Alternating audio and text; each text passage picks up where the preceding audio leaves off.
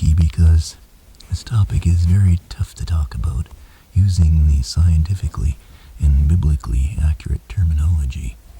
So each time I come to a word that might get the video demonetized, instead of bleeping myself, I'm just going to use the word donkey. So I'm here to talk about possible donkey worship in the Bible. It's a basic premise of Christianity in one passage attributed to Jesus, that no one has seen the Father except Jesus. So there's an element of something being hidden in plain sight, a possible limited hangout, if you will, as to who the Father really is, because in Sumerian and Greek mythology there are several generations of male deities who battle with each other for control, and who are all fathers. So when we say the Father, looking at the Sumerian and Greek equivalents, we typically may have a lot of possibility for confused identities and not knowing who the Father is. When we look at the Father deity, the first sky deity, in Sumerian and Greek mythology, it's not one commonly talked about, and it's one who has things in common with the name, more correct name, for donkey.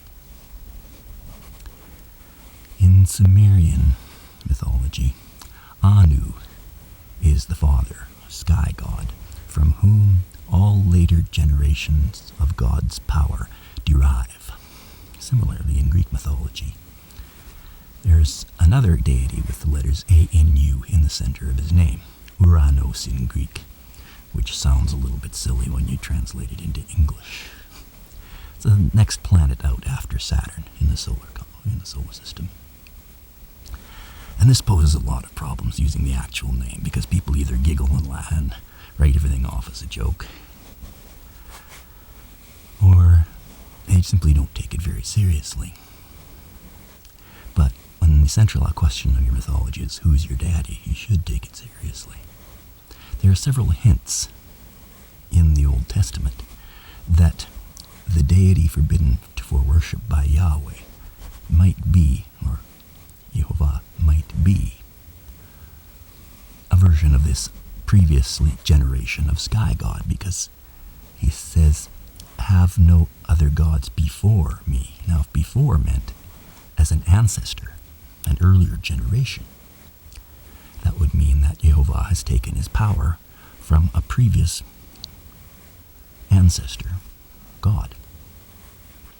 Also, it says to make no graven images of anything in the heavens or under the earth. And in Sumerian mythology and Greek mythology, this is where Anu and his equivalents came from. Anu was a sky god. That's where you get the name Anunnaki, the children of the sky god, but they're also the children of Ki, or Gaia, the earth goddess. So there was a marriage between the sky god and the earth goddess. And in Sumerian mythology, the Anu came from Ki, from the earth. So he is both. He starts out as being under the earth and ends up in the heavens. So he could be the forbidden god of the Ten Commandments. He's also associated, perhaps, with the idea of a god getting his power from an earlier generation of God, when there was intergenerational conflict. There's a certain lack of creativity displayed by these gods. Instead of just going out and making a new planet, they fight over the one they've got. And one way that this fighting manifests is in trying to remove the reproductive capacities of the god's ancestor when there's a battle. So, in Greek mythology, Kronos donkey-traits his father. He removed his father's ability, presumably, to reproduce. This doesn't quite work, because blood falls to the earth from his father. the Anu-like name, and that touches Gaia, the earth, and that makes a whole several sets of races of creatures, species of creatures. So he sort of goes on reproducing anyway. Now, the things you remove when you donkey trait your father in mythology of the gods are the same things you remove if you want to make a donkey behave. Donkeys have many of the characteristics associated with gods, both good and bad. And they misbehave because of their reproductive urges. They can become violent and dangerous when they try to breed. The rest of the time, they can be excellent companions. They're notable amongst equines for their capacity to form emotional bonds with humans. They are extremely good potential friends. Abraham is God's friend in the Bible. Also, they bear burdens. This is something you supposedly ask the gods for help in doing, in bearing your burdens. They represent the validity of kingship, because when Solomon riding a half donkey, or Jesus riding a full female donkey, come into their places where they're to be proclaimed as kings, they don't get there under their own power. They use the power of what I believe may be another generation of God, symbolized by the donkey.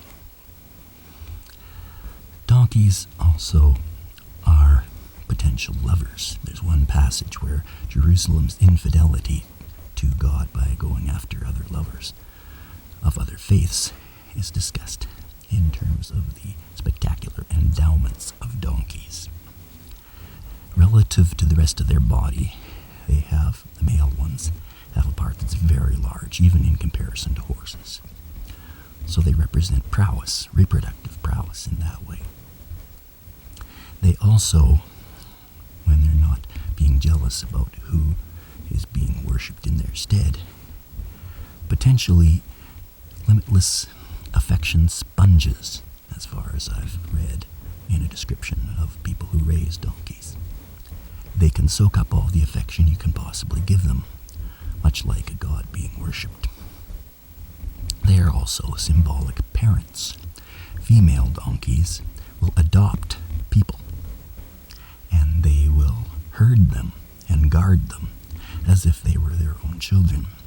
This is very important for male deities who are assuming the roles of motherhood, because there is no female deity in the pantheon, as in Judeo-Christianity. So they act as parents as well. They are also endowed with spectacular abilities almost never displayed by animals in the Bible. Aside from being servants, some of the things coveted, as mentioned in the commandment not to covet, they can carry people under certain circumstances. And these are sacrificial times as well. Abraham, when he's about to sacrifice Isaac, a very important symbolic thing, because it prefigures what's going to happen to Jesus, saddles up his donkey when he's about to make the journey. The donkey, in a similar case, when Balaam is about to go out and meet some people that perhaps he shouldn't, or not for not exactly the right reasons, is stopped by his donkey, a female one, once again. And she speaks. She's temporarily allowed to speak, and tells him that he's on the wrong path after he's beaten her. And she says, unlike most gods, what have I ever done to you? I'm innocent. I'm trying to save your life and help you. This is a very significant event, because Balaam has more divine visits than virtually anybody in the Bible, certainly the most of anyone in rapid succession. The God or versions of God come to him repeatedly to try to keep him from going against the Israelites and siding with the pagans. There's also a spectacular thing that Samson does. He defeats 1,000 Philistines with with potentially the most deadly improvised weapon ever used by a mortal, and that is the jawbone of a donkey. So there's this sense of the potential power of speech, as well as the physical power of the donkey, if the donkey could ever talk, and talk about perhaps its true origins. This ANU sequence of letters happens in reverse for a sky god from India called Varuna, and there's also a Hurrian god, another one from Western Asia, with the name ANUS.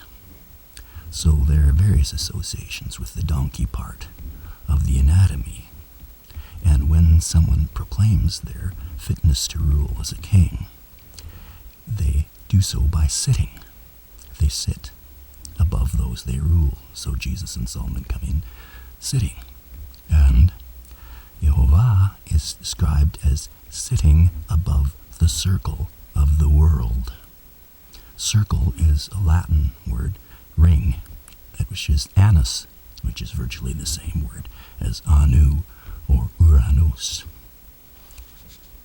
So all of these things relate to how donkey worship